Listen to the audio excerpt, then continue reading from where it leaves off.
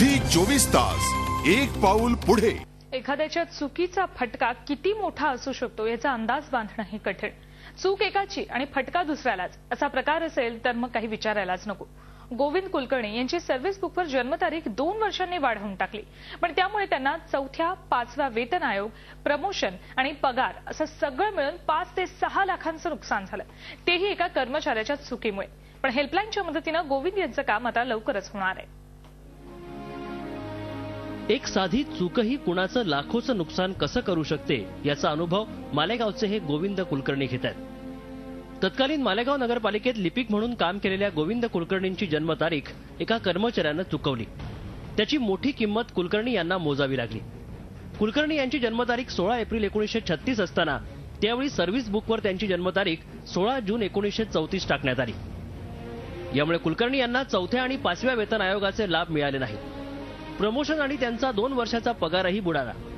सर्व पैसे मिळून जवळपास 5 ते 6 लाख रुपयांचं कुलकर्णींना नुकसान सोसावं लागलं। मला चौथा आयोगने लावला, त्यामुळे ते पे मिळालं नाही मला चौथा आयोगाप्रमाणे। 2 वर्ष पगार मला अगोदर रिटायर केलं, 2 वर्ष सेवेला मुकलो, त्याचा पगार मिळाला नाही मला।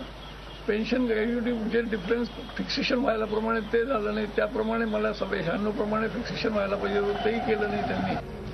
कुलकर्णी यांनी या विरोधात कामगार न्यायालय आणि उच्च न्यायालयात दाद मागितली। तिथं निकाल कुलकर्णींच्या बाजूने लागला। कोर्टानं आदेश देऊनही महापालिकेनं त्यांची थकीत देणी देण्यास टाळाटाळ केली। हेलपाटे मारून दमलेल्या कुलकर्णी यांनी शेवटी हेल्पलाईनकडे मदत मागितली।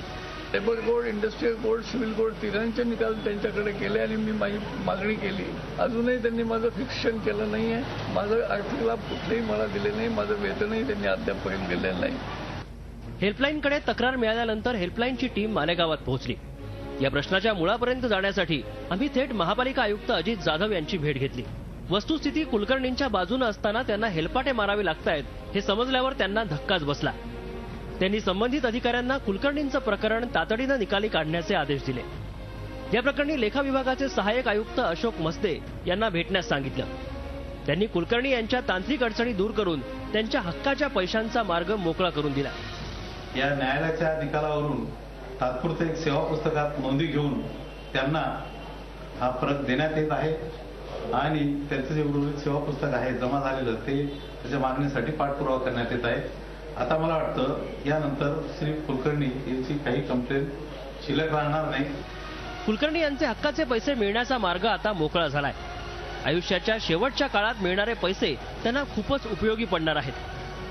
आयुक्तांनी 2 वर्षाचा फरक त्वरित देण्याचं मान्य केलं आणि सर्व्हिस बुकाचं हे करून प्रश्न मिटल्यावर त्यांचं लगेच पे फिक्सेशन करून पेन्शन अदा करू असं त्यांनी मान्य केलेलं आहे। जी हेल्पलाईनचे मी त्याबद्दल अत्यंत आभारी आहे।